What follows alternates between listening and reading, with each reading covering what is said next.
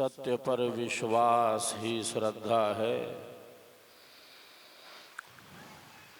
सद्गुरु के स्वर वेद पर, ब्रह्म विद्या के विमल ज्ञान पर, विहंगम योग के सिद्धांत पर, विहंगम योग की साधना पर, सत्य पर विश्वास कर लिया तो कर लिया। सद्गुरु के ज्ञान मार्ग को अपना लिया तो अपना लिया। अब पीछे नहीं लौट सकते, अब तो आगे ही बढ़ते जाएंगे, अब तो आगे ही बढ़ते जाएंगे। इसी को हम श्रद्धा कहते हैं, जिसका अर्थ है सत्य पर विश्वास। गीता में योगीराज कहते हैं, श्रद्धावान लभते ज्ञानम तत्परः संयतेन्द्रियः ज्ञानम लब्ध्वाम पराम शांति अचिरेणाधिगच्छति। जो श्रद्धावान है उसे कोई केवल ये ना समझे कि श्रद्धा वाला ही है। जिसने सत्य पर विश्वास किया है, क्योंकि सत्य पर विश्वास कोई सामान्य बात नहीं है। योगीराज कहते हैं कि जो श्रद्धावान है, जिसके भीतर भक्ति की भावना है, प्रेम भाव है, सत्य पर जिसने विश्वास किया है, तो ऐसा जो श्रद्धावान है वह ज्ञान की ही प्राप्ति कर लेता है। वो ज्ञानी भक्त हो जाता है और ज्ञान के समान पवित्र करने वाला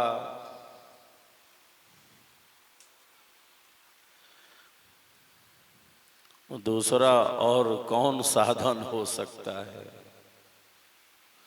तो सत्य पर विश्वास ही तो श्रद्धा है। तीन चीजें बहुत दुर्लभ हैं इस संसार में, तीन वस्तुएं अत्यंत दुर्लभ हैं। केवल दुर्लभ नहीं, दुर्लभ से भी दुर्लभ हैं। प्रथम तो मानव का ये देव दुर्लभतम शरीर प्राप्त कर लेना, मानव का शरीर प्राप्त कर लेना, प्राप्त हो जाना, ये केवल दुर्लभ नहीं है, ये दुर्लभ से भी दुर्लभ है। मैं प्रायः कहता रहता हूँ ये मानव जीवन परमात्मा का दिया हुआ परम प्रसाद है। परमात्मा ने प्रसन्न होकर, प्रभु परमात्मा ने प्रसन्न होकर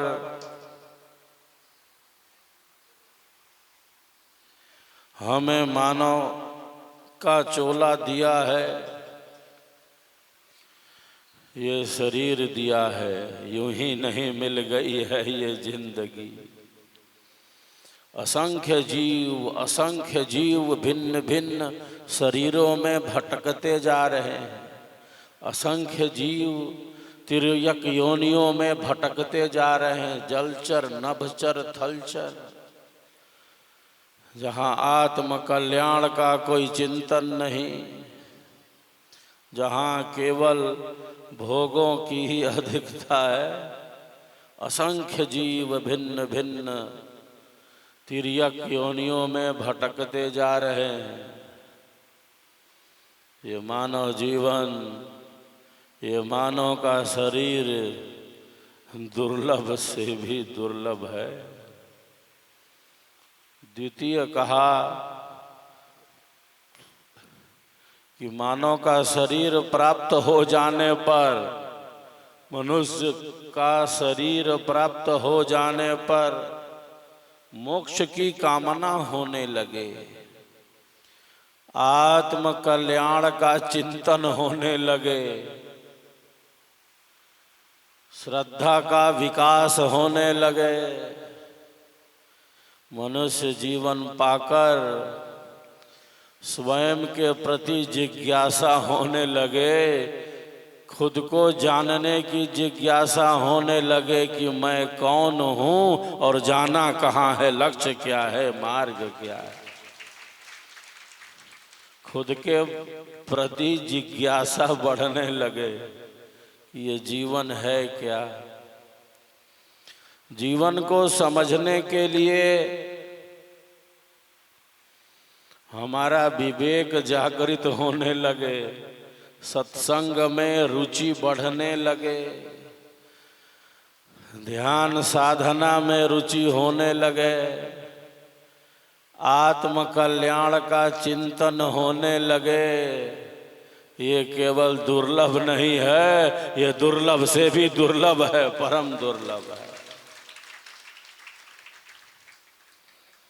मैं प्रायः कहता हूँ, सौभाग्यशाली आत्माएं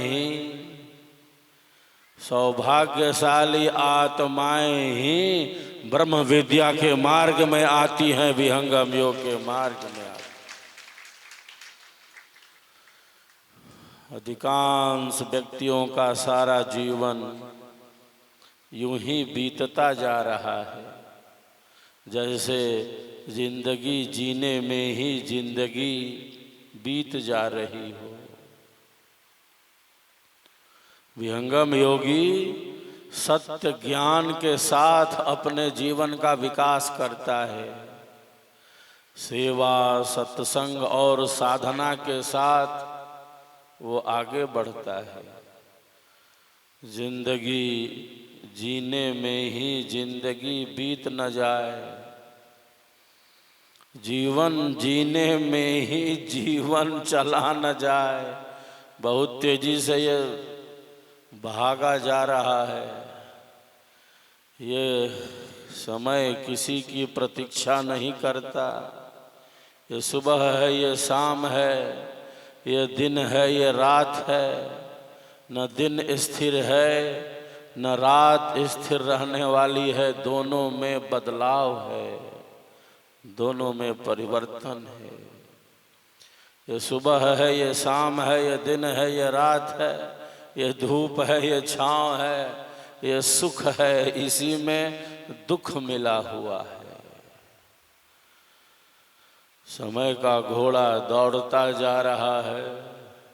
जिंदगी जीने में ही जिंदगी बीत न जाए। जीवन जीने में ही जीवन चला न जाए। बल्कि ये जीवन है क्या?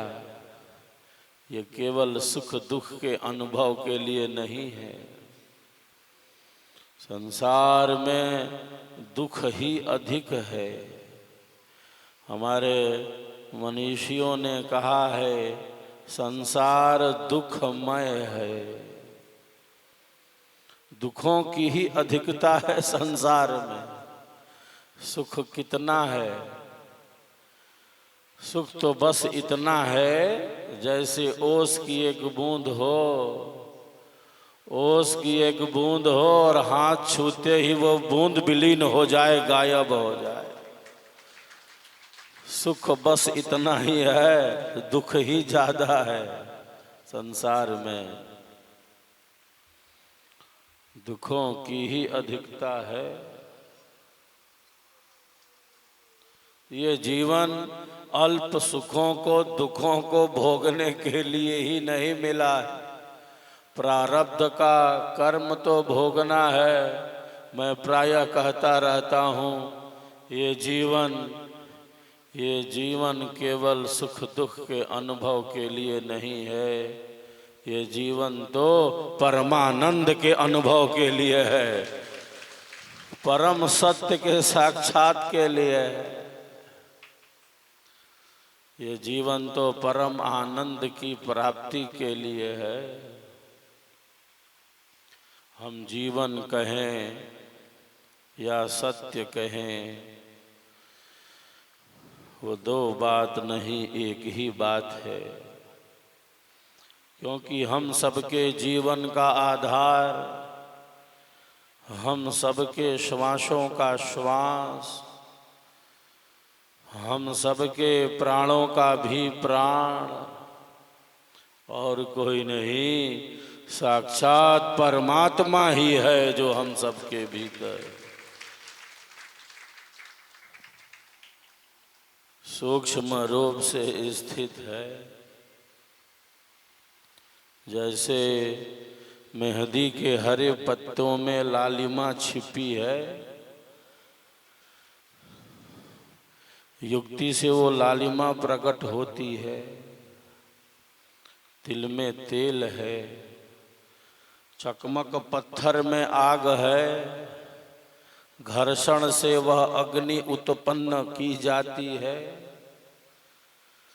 जैसे दूध के कण कण में मक्खन ही मक्खन भरा है,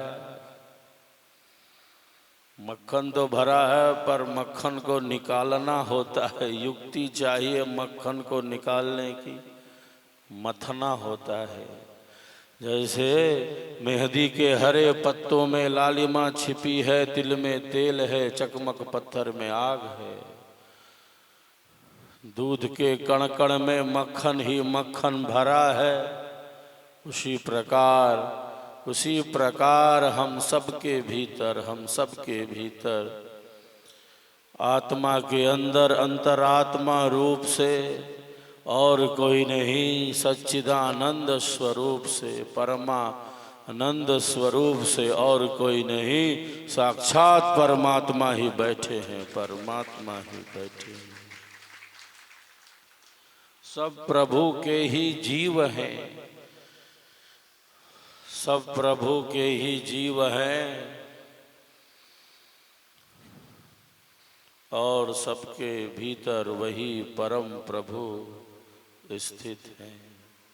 जिस प्रकार ईश्वर की अनंत शक्तियाँ, प्रभु परमात्मा की अनंत शक्तियाँ सदैव सेवा में ही लगी हैं। ये सूर्य देव हमारे लिए ही तो निरंतर गतिमान है, चंद्रमा हमारे लिए ही तो शीतलता बिखेरते जा रहे हैं। ये पृथ्वी जिसे हम माँ कहते हैं, माता भूमि पुत्रो हम पृथिव्यः, निरंतर अपनी कक्षा में हमारे लिए ही घूमती जा रही है।